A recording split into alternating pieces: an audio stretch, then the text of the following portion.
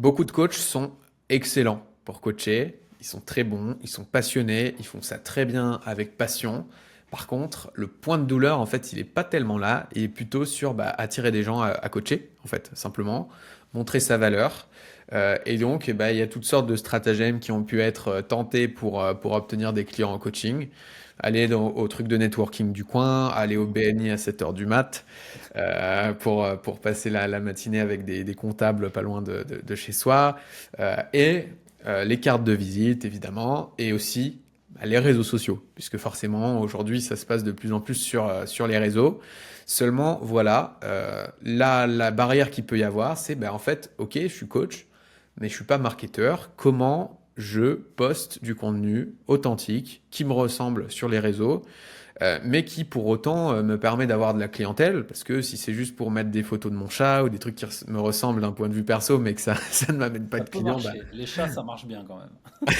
ça fera peut-être des likes, mais est-ce que je vais remplir mon calendrier de commandes de coach? Rien n'est moins sûr. Ce qui m'intéresse aujourd'hui, c'est que toi, tu as vécu ce parcours-là, Mehmet, Hmm. puisque tu es l'archétype du syndrome de l'expert, on va dire. Le, Ouais, le- le ouais, mec ouais. qui a poncé son sujet, voilà, tu as coaché Exactement. pendant 10 ans, Mhm. mais qui, au départ, ne savait pas comment trouver des clients. Et ce que j'ai envie de voir avec toi, c'est un petit peu, voilà, à tes débuts dans le coaching, quand tu t'es dit, OK, là, c'est le moment pour moi de me mettre à la création de contenu, aller trouver des clients sur Internet, qu'est-ce qui t'a le plus freiné? Comment tu as vécu ça déjà au départ pour que des coachs qui nous écoutent au fur et à mesure puissent aussi en tirer des leçons? Bah écoute, c'est un vrai sujet parce que effectivement le syndrome de l'expert, c'est le premier truc, c'est-à-dire que tu sais, tu sors de tes écoles de coaching, tu sors avec toute la bonne volonté en disant oui, c'est génial, je vais aider le monde, je vais aider à changer le monde, je vais être le meilleur coach du monde et en fait, tu sors avec toutes les meilleures intentions, mais quand tu comprends que bah là, en fait, le service, c'est toi, c'est là où le premier frein apparaît. C'est que tu peux avoir la meilleure expertise du monde, être le coach le plus expérimenté, mais si tu sais pas le mettre en valeur et de la bonne manière, en fait, tu vas pas attirer déjà des gens pour travailler avec toi et qui payent tes services, mais surtout, c'est la manière dont tu vas le faire qui va faire que les gens vont accrocher ou pas avec toi. À l'intérieur de ça, en fait, il y a deux sujets importants.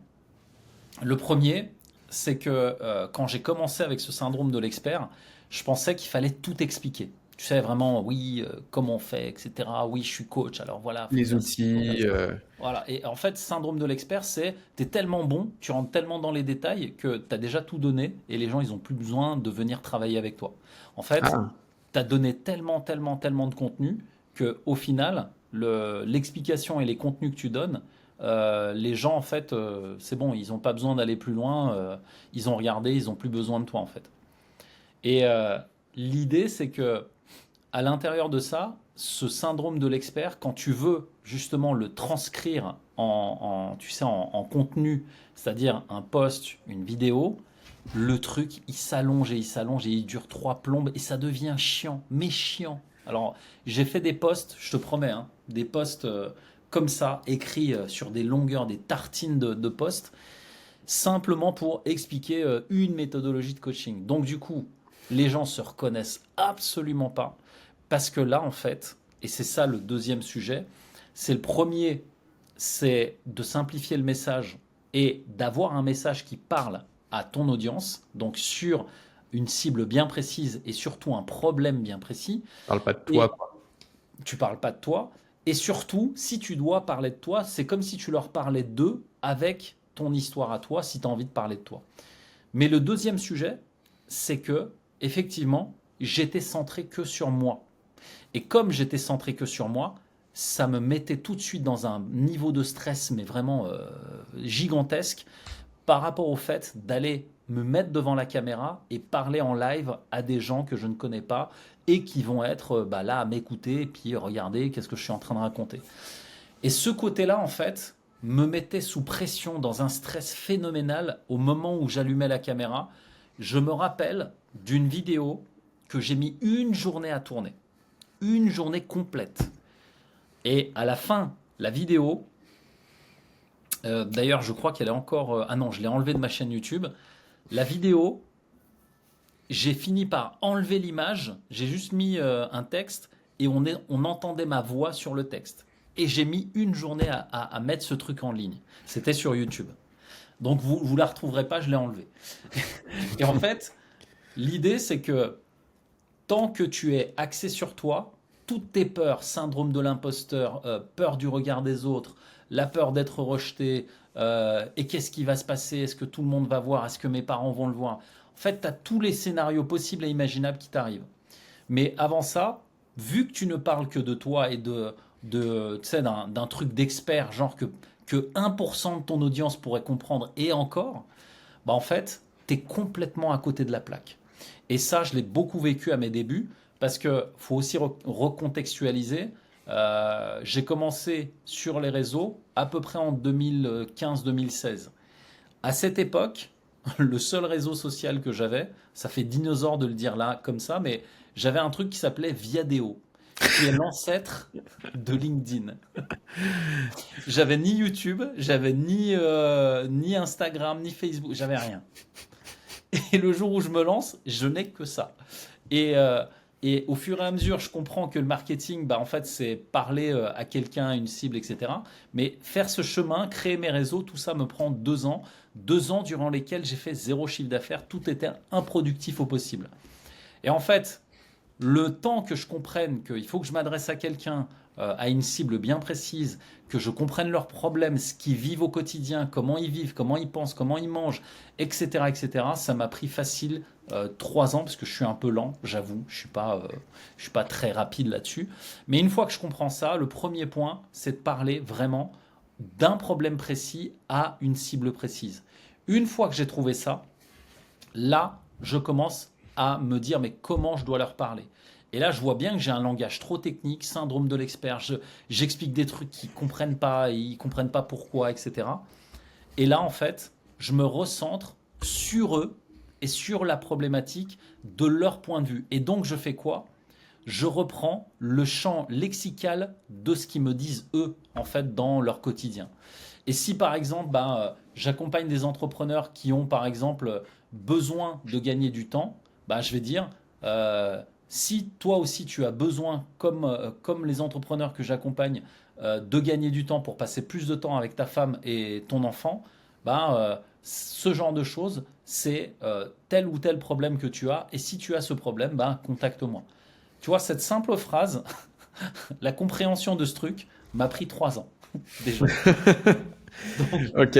franchement, s'il y a un truc dont je me serais passé, c'est de perdre autant de temps, vraiment, à comprendre un truc que peut-être en prenant un accompagnement, en ayant un coach Ouais. qui m'explique tout ça, j'aurais gagné du temps, quoi. Si on synthétisait déjà là, c'est ce que tu as appris sur Ouais, ces 3 ans voilà, en liquid gold de 30 secondes.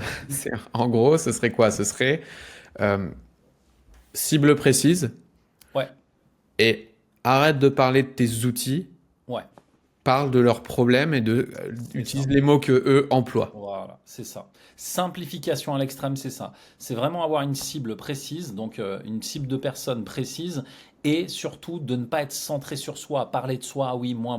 Non, c'est eux et leurs problèmes qu'on va mettre en lumière. Mais on peut utiliser aussi, tu sais, notre histoire personnelle qui peut faire écho sur la douleur principale qu'on veut résoudre avec ces Hmm. gens-là. Et ça, c'est important Ouais. aussi de le souligner parce que on peut se servir de notre histoire et de la mettre en lumière avec la problématique. En marketing, on dit souvent parle du trou, pas de la perceuse. Ouais, Et je pense que ça illustre bien ça, c'est-à-dire d'un bien sûr. côté, l'exemple à ne pas faire, ce serait je suis coach et aujourd'hui dans mon poste, je vous explique les micro-détails Ouais, de l'hypnose ou de la ouais. PNL avec la méthode du recadrage en 6 points où je vais Mm. détailler l'outil en fait. Ouais, c'est ça. Donc, Bah, c'est comme de dire, en fait, je vais utiliser une perceuse qui a une puissance de tant de watts avec la tige de tel millimètre. Tu sais, on s'en fout un peu, en fait. Quand tu arrives à l'hôpital et que tu t'es coupé le bras, tu vas pas demander quelle aiguille va utiliser le chirurgien pour te recoudre, tu vois. j'ai eu C'est un peu peur, ça, j'ai quoi. eu peur qu'il utilise une perceuse. C'est clair. Et, toi, ce que tu veux savoir, c'est Est-ce que c'est grave ce que tu as? Est-ce que c'est soignable? C'est Combien de ça, temps ça va c'est prendre de le ça. soigner? Voilà, Au bout c'est de ça. combien de temps tu pourras remarcher? Mm. Tu veux savoir les bénéfices, tu veux savoir. Exactement, Donc c'est ok, ok. exactement. C'est pareil pour tes clients dans le coaching. Ouais, c'est Euh, ça. Toi, qu'est-ce qui t'a permis Donc, ok, tu as eu ces prises de conscience-là. Quel Mhm. monde ça t'a ouvert derrière? Ben, la première chose, c'est que je me suis rendu compte, ça, en fait, je me faisais toute une histoire de à qui je m'adresse et je me disais, ah, c'est dur, les gens, ils vont pas liker mes posts, ils répondent pas, ils sont, tu vois. Et en fait, à partir du moment où je me suis positionné, mais tout est devenu extrêmement simple, en fait. C'est la simplicité avec laquelle, finalement, quand tu parles d'un sujet, d'un problème précis, en fait, tu es en résonance avec ce sujet, bah, les gens viennent beaucoup plus facilement. Ce qui est devenu possible, en fait, c'est d'avoir un chiffre d'affaires déjà, parce que grâce à ça, j'ai fait des ventes et derrière, Ouais, aujourd'hui, mon business se porte bien. Mais derrière, c'est surtout, en fait, la régularité et le fait, justement, de continuer à faire ce travail qui m'a ouvert les portes, en fait, à mieux comprendre ma cible, à me positionner encore mieux, presque aujourd'hui, comme une des références du marché. Et en fait, le simple fait aujourd'hui d'être une référence, tu vois, me permet, c'est ce que je dis souvent, en moyenne d'obtenir 3 à 5 recommandations par mois de la part de mes clients et de mon réseau. Et donc c'est pour ça que énorme. Mm. le fait, tu vois, le fait de se positionner, de se nicher réellement, ça apporte au départ en tout cas une force de traction énorme. Et une fois qu'on a ça, on va continuer le travail en fait sur la visibilité, parce que là c'est vraiment l'acquisition qui compte, d'être découvert par le plus grand nombre de personnes possible. C'est de maintenir en fait ce travail sur la cible et justement la douleur qu'on résout et comment on leur parle. Et ça a fait effet boule de neige avec les 10 années que j'ai aujourd'hui. Si j'en suis aujourd'hui à ce résultat-là, c'est que ça fait longtemps que je le fais.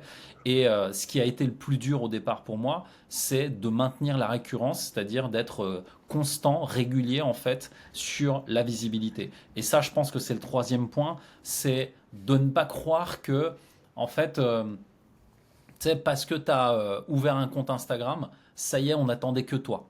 Voilà. C'est pas parce que tu as ouvert un compte Instagram ou Facebook que tout le monde attendait que tu arrives pour que tu deviennes famous et que derrière, ah, c'est génial, je vais trouver mes clients immédiatement. Faut vraiment être conscient qu'une entreprise, parce que là on va parler vraiment en tant que chef d'entreprise, à partir du moment où tu te lances dans ce métier d'accompagnement, de coaching, de thérapie, etc., ce que tu es en train de faire sur les réseaux sociaux, ça a l'air fun, ça a l'air drôle comme ça, mais tu représentes ton entreprise en fait. Et ça, je pense qu'au départ, j'avais pas cette étiquette, tu vois, cette image dans la tête de moi, chef d'entreprise. À partir du moment où j'ai shifté ça aussi, ça a complètement changé la nature de mes actions. Parce que j'ai compris que je passais de l'artisan au professionnel. En fait, l'artisan, on va pas dire artisan, mais on va plutôt L'amateur? dire amateur. L'amateur, en fait, fait ce qu'il veut faire et le professionnel fait ce qui doit être fait pour l'entreprise. J'aime bien cette formulation parce qu'en fait, au début, on veut faire que ce qu'on aime. Alors que quand tu comprends qu'une entreprise, elle fonctionne parce que tu mets des actions en place, là, tu te dis, ah oui, en fait, si j'étais dans un poste en CDI, quand mon chef ou l'entreprise me dit, tu fais ça, tu te poses pas la question de, ah oui, mais est-ce que j'ai envie de le faire? Là, tu le fais automatiquement. Ouais. Donc, ça doit avoir le même niveau, si tu veux, d'engagement et de cadre dans ton entreprise. Ça ne doit pas changer, en fait. Et c'est à partir de ça aussi où j'ai shifté. Là, j'ai commencé à être hyper régulier, à être visible, à mettre des systèmes en place qui me permettent justement de maintenir ça et de faire en sorte d'être connu et reconnu le plus possible sur les réseaux. Ok, super clair. Donc, si on résume, sortir du syndrome de l'expert, qui Ouais, parle trop du mécanisme, mais qui parle ouais, pas des problèmes de ses clients. mm, Déplacer le centre de son attention de soi à l'autre, ouais, parler de ses prospects, de leurs c'est ça, problèmes, c'est etc. ça. Et le faire comme un professionnel avec une rigueur, c'est-à-dire mettre en place une routine, même si c'est inconfortable au début. Ouais, Évidemment, ça devient de plus en plus facile au fur et à mesure. La combinaison de ces trois points que toi, mm, tu as tenu pendant des années, t'a ouais, permis d'avoir un flux de clients. Et ouais, aussi, parce que on parle souvent de la création du contenu comme je vais attirer des nouveaux clients, mais aussi, c'est bête, mais de rester top of mind, donc de rester le premier Ouais, dans la tête de tous les c'est gens qui ça. te connaissent déjà C'est ça. et d'avoir du coup beaucoup de recommandations. Parce que si Ouais. aujourd'hui tu as 3 à 5 recommandations par mois, bah, en fait, c'est pas par magie. Si Non. tu postais pas sur les réseaux, les gens ils t'oublieraient Ouais, c'est ça. et ils te recommanderaient sans doute moins. Ouais, tout à Donc fait. c'est aussi Tout à ça fait. l'intérêt de la création de contenu. C'est Mm. pas que d'attirer des nouvelles personnes, c'est aussi de ce qu'on appelle ça nurturer en marketing, mais globalement, c'est rester dans l'esprit des gens qu'on connaît déjà, quoi. C'est ça. C'est ça. Génial. Bah, avec ça, vous avez déjà quelques clés pour devenir bon sur les réseaux sociaux et trouver des clients en tant que coach. Évidemment, si vous voulez aller plus loin, il y a plein d'autres vidéos qu'on a déjà faites sur le sujet, notamment avec Jérémy Coleman, du coup, sur sa chaîne à lui. Il y a des vidéos dans lesquelles tu interviens, notamment Mehmet. On Ouais. mettra un lien en dessous. Et puis nous, on se dit à très vite pour une prochaine vidéo. Ciao!